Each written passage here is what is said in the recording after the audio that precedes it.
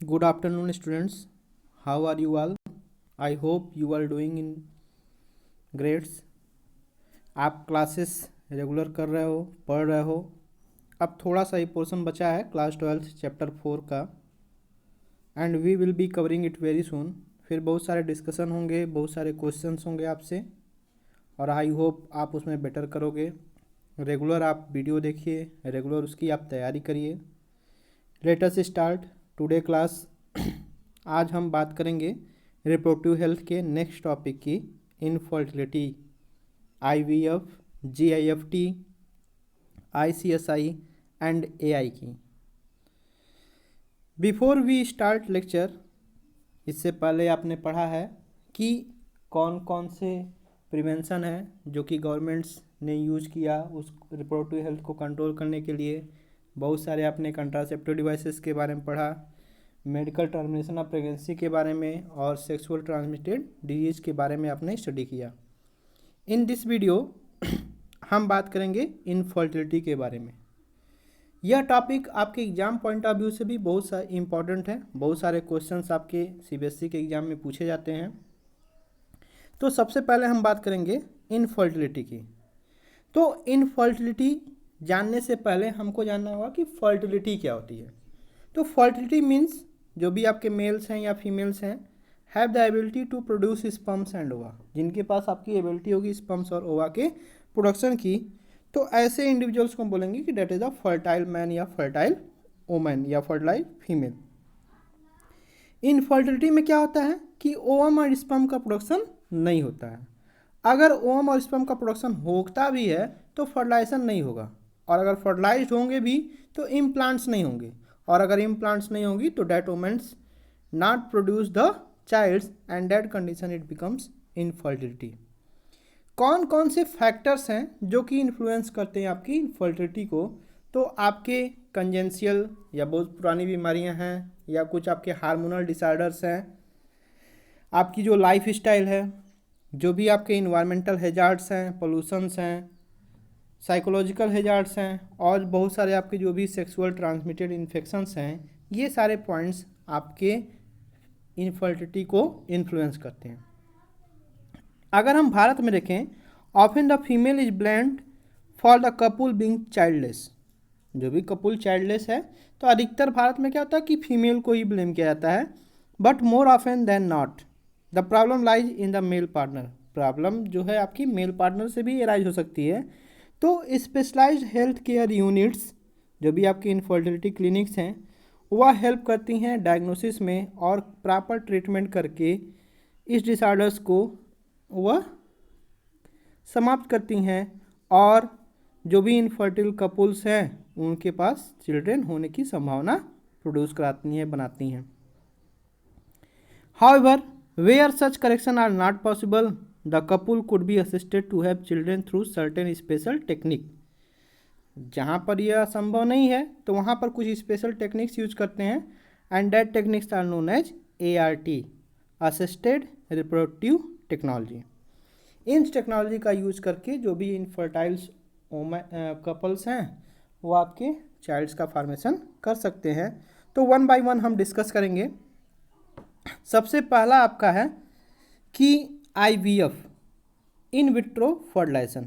इन vitro मतलब outside the body, inside the body नहीं, outside the body, यानी lab condition में हम स्पर्म्स और ओवा का फ्यूजन कराएं, फर्टिलाइजेशन कराएं, देन फिर उसको फीमेल्स की बॉडी में ट्रांसफ़र करें. IVF that is the test tube baby programmes, जहाँ पर हम फर्टिलाइजेशन करेंगे आउटसाइड द बॉडी, और फिर एम्ब्रियो को हम फीमेल में ट्रांसफ़र करते हैं.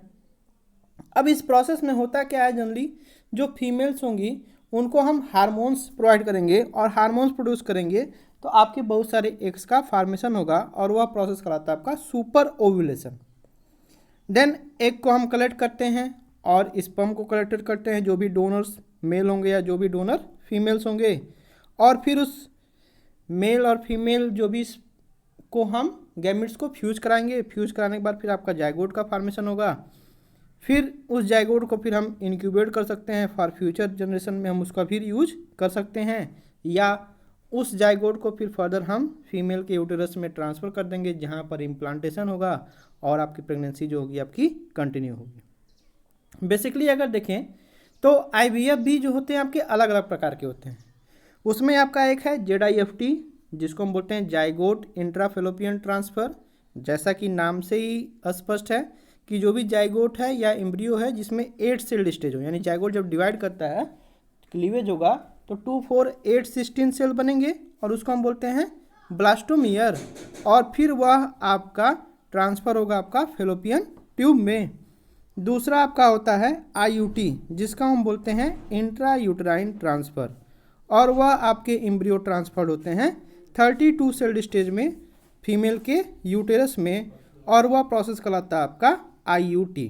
तो आपके यहाँ पर 2 तरह के होंगे आपके, एक तो होगा आपका ZIFT और दूसरा आपका होता है IUT। Let us discuss in this slides we see the diagram of female reproductive tract.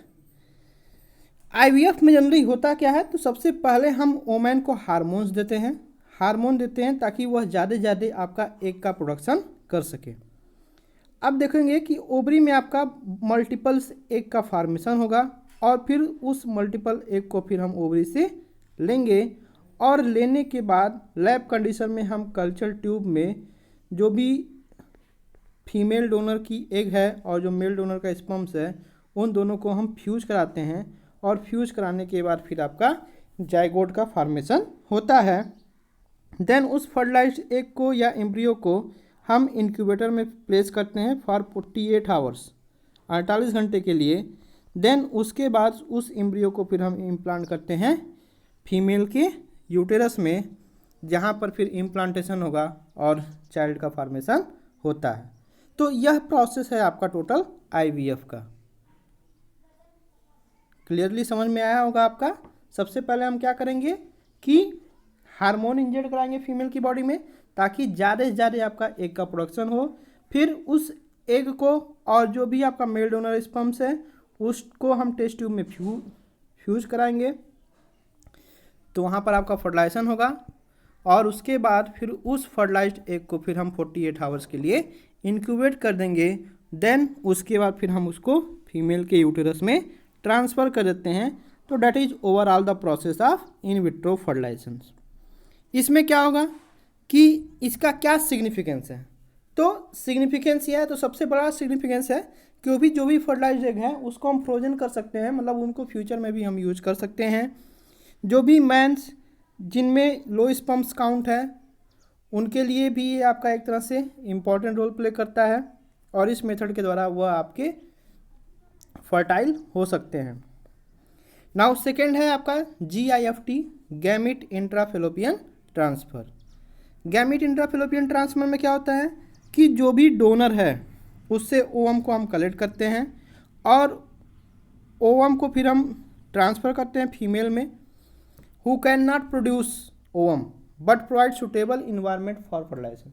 बहुत सारे केस में ऐसा होता है कि फीमेल जो होते हैं ओवा का फॉर्मेशन कर सकते हैं, लेकिन उनकी बॉडी में सुटेबल इन्वायरमेंटल कंडीशन नहीं होता है, या सुटेबल इन्वायरमेंटल कंडीशन होता है तो ओवा का फॉर्मेशन नहीं कर पाते हैं। देन उस केस में हम GIFT का यूज करते हैं। तो इसमें स्पर्म्स और ओवा को वॉश करते हैं, उसका फिर उसको ट्रांसफ़र करते हैं एम्पुला में फेलोपियन ट्यूब्स के with the help of laparoscope, जहाँ पर आपका फर्टिलाइजेशन होता है और आपका क्लीवेज होता है। यह तब यूजफुल होता है कब, when female fail to capture ovum, जब फीमेल्स जो होती हैं आपकी ओवम कैप्चर नहीं कर पाते हैं, तो वहाँ पर आपका स्पर्म्स या एंटीबॉडी जो होती है आपकी सर्वाइकल सिक्रेशन में हम इंट्रोड्यूस करते हैं। तो ये होता है आपका GIFT। थर्ड मेथड है आपका इंट्रासाइटोप्लाज्मिक स्पर्म इंजेक्शन, जिसको हम बोलते हैं ICSI। इसमें भी बहुत सिंपल प्रोसेस है। इसमें भी स्पर्म्स को डायरेक्टली हम ओवम में इंजेक्ट कराते हैं कल्चर मीडियम में, तो जाइगोट आपका बनेगा। फिर उस जाइगोट को फिर हम ट्रांसफ़र करते हैं फेलोपियन ट्यूब में। इसको अगर हम देखें डायग्राम में, तो यहाँ पर जो माइक्रोपिपेट्स हैं उससे हम लगभग 60 माइक्रोन का माइक्रोपिपेट होगा, उसमें हम गैमेट्स एग को लेते हैं। दूसरे स्टेप में क्या आता है कि हम एक सिंगल स्पर्म को लेते हैं जो कि हेल्दी स्पर्म होगा, लगभग उसका जो पीपेट हम यूज करेंगे लगभग वो 7 माइक्रोन वाइड्स होता है। देन उसको हम डायरेक्टली इंजेक्ट कर देते हैं ओवम में, जहाँ पर उसका मेल न्यूक्लियस और फीमेल न्यूक्लियस का फ्यूजन होता है और आपका फिर जाइगोट का फॉर्मेशन होता है। तो that is the process of ICSI। Next आपका आता है आर्टिफिशियल इंसेमिनेशन। यह भी तब यूजफुल है जहाँ पर male partner enable to produce inseminate the female, या जिसमें स्पर्म काउंट बहुत ही कम होता है या जिसमें लो क्वालिटी के आपके स्पर्म्स होते हैं, ऐसे केस में आर्टिफिशियल इंसेमिनेशन का यूज किया जाता है। इसमें क्या होता है कि जो भी मेल पार्टनर्स होंगे उनके सीमेन को कलेक्ट करते हैं, कंसंट्रेट करते हैं, उसके बाद फीमेल के वेजाइना या यूटेरस में इंट्रोड्यूस कराते हैं और वह प्रोसेस आपका कराता है इंट्रा यूटेराइन इंसेमिनेशन। तो that is the overall process of infertility methods to control. Now what is the drawback? तो ड्रॉबैक क्या है कि these techniques are not possible when female with damage uterine wall. जिस female की uterine wall damage होगी उस case में ये आपका टेक्निक पॉसिबल नहीं है। इसमें क्या होगा, बेसिकली बहुत ही ज़्यादा एक्सपेंसिव होता है, बहुत ही ज़्यादा एक्सपेंसिव इंस्ट्रूमेंट यूज होते हैं, तो बहुत कम ही सेंटर पे ये मौजूद होता है और कुछ ही पीपुल्स जो होते हैं इसका आप लाभ उठा पाते हैं, सारे पीपुल्स इसका लाभ उठा नहीं पाते हैं। इसके अलावा बहुत सारे आपके एथिकल, इमोशनल, धार्मिक जो भी मोरल इशू होते हैं समाज में, वह सारे पॉइंट्स आपके इसके ड्रॉबैक होते हैं। तो that is the overall drawback of infertility methods जो भी आपने पढ़ा, IVF, JFT, ZIFT, IUT, IUI, AI and so on. Okay, I hope आपको ये वीडियो समझ में आया होगा। Thank you.